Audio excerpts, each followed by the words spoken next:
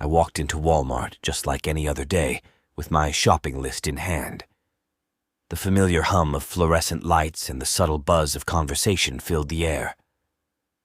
As I made my way down the aisles, I couldn't help but notice the new addition to the store's security system, facial recognition cameras. At first, I thought little of it. After all, many stores were upgrading their security measures. But something about those cameras sent a shiver down my spine. They were positioned discreetly throughout the store, almost like silent sentinels. Their unblinking lenses followed me as I moved from aisle to aisle. It was as if they were watching my every move, tracking my every step. As the days passed, I began to feel increasingly uneasy. The cameras seemed to know more about me than I did. They could identify my presence as soon as I entered the store, and the displays overhead would suggest products I might be interested in. It was as if they were peering into my thoughts, predicting my desires and manipulating my shopping experience. One evening, as I was wandering through the electronics section, I noticed a shadowy figure lurking nearby. It was a man with a hood pulled low over his face, and he seemed to be studying the facial recognition cameras as intensely as they were studying him. I couldn't help but wonder if he, too, felt a sense of intrusion. The following week, I read a disturbing news article. It seemed that the facial recognition system had been hacked, and the data of thousands of Walmart customers, including mine, had been stolen. Panic spread like wildfire, and shoppers began to question the invasion of their privacy. It was as if the very walls of the store had ears and eyes, and they were broadcasting our most intimate details to the world. I decided to take matters into my own hands. I began wearing a disguise, a hat, sunglasses, and a scarf that covered most of my face. It was a feeble attempt to evade the watchful gaze of the cameras, but it provided a small sense of relief. As I went about my shopping, I noticed more and more people adopting similar disguises. The store had become a battleground between the surveillance state and the customers who refused to be spied upon. But as the days passed, the situation only worsened. The cameras grew more aggressive, their lenses seemingly determined to pierce through any disguise. It was as if they had become sentient, a malevolent force that was no longer content with observing. They seemed to judge and condemn, tracking shoppers' every move with an eerie sense of purpose. I couldn't take it anymore. I stopped going to Walmart altogether, and I wasn't alone. Many of my friends and neighbors boycotted the store, and the parking lot began to empty. It was as if the once thriving shopping center had become a ghost town, abandoned in the wake of an all-seeing, all-knowing terror. In the end, the facial recognition cameras had not only invaded our privacy, but also destroyed the sense of community and trust that once existed in our small town. Walmart, once a place of convenience and familiarity, had become a place of fear and paranoia. The cameras had won, and we, the customers, had lost our sense of security, our peace of mind, and our freedom. As I walked down the dimly lit street on a cold, foggy night, a chill ran down my spine. The oppressive presence of the surveillance cameras sent shivers through my body. The city I once loved had become a dystopian nightmare. The police had deployed facial recognition cameras across every corner of the city, turning it into a watchful, unblinking monster. The government claimed it was for our safety, but it felt like an invasion of our privacy and freedom. One evening, as I was returning home from work, I felt a pair of eyes following me.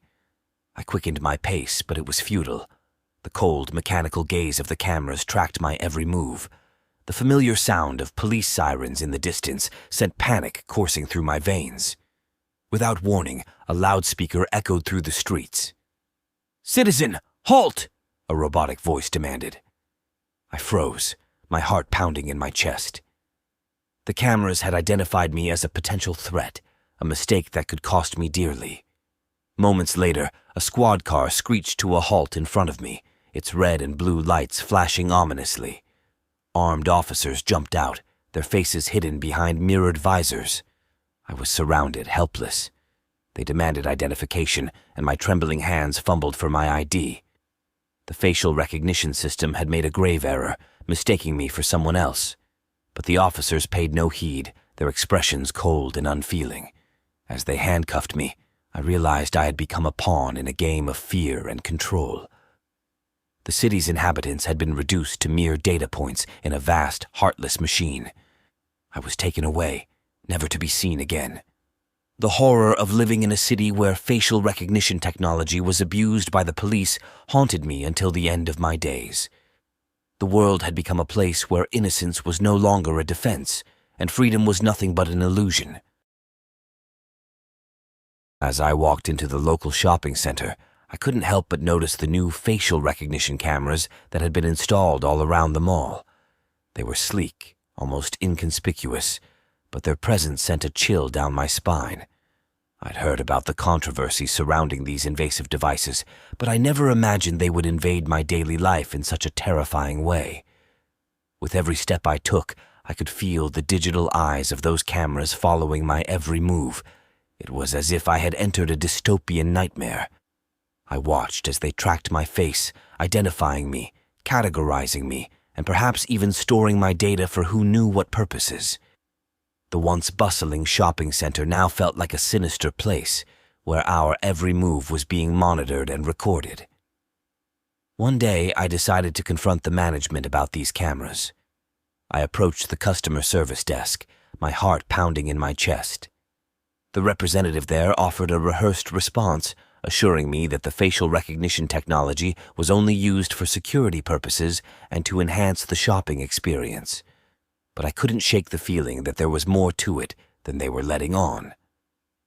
As days turned into weeks, the paranoia began to consume me. I started noticing strange occurrences. I would receive targeted ads on my phone for products I had merely glanced at in the mall. Even worse, I received a message from a stranger who claimed to have seen me on a dark web forum, with images captured from those very cameras. It felt like a violation of my privacy that went beyond anything I had ever experienced. The unease in the shopping center only grew. People whispered in hushed tones about the cameras, speculating on what the mall management was truly doing with our facial data. Were they selling it to the highest bidder? Were they using it for more sinister purposes? The paranoia became infectious, and I could see the fear in the eyes of other shoppers.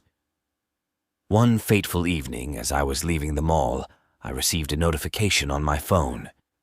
It was a message from an anonymous source who claimed to have evidence of a dark conspiracy. They asked to meet in secret, away from the prying eyes of the cameras. Intrigued and scared, I agreed to the meeting. We met in a dimly lit parking garage nearby, and the source handed me a folder filled with documents and photos. It was a chilling revelation.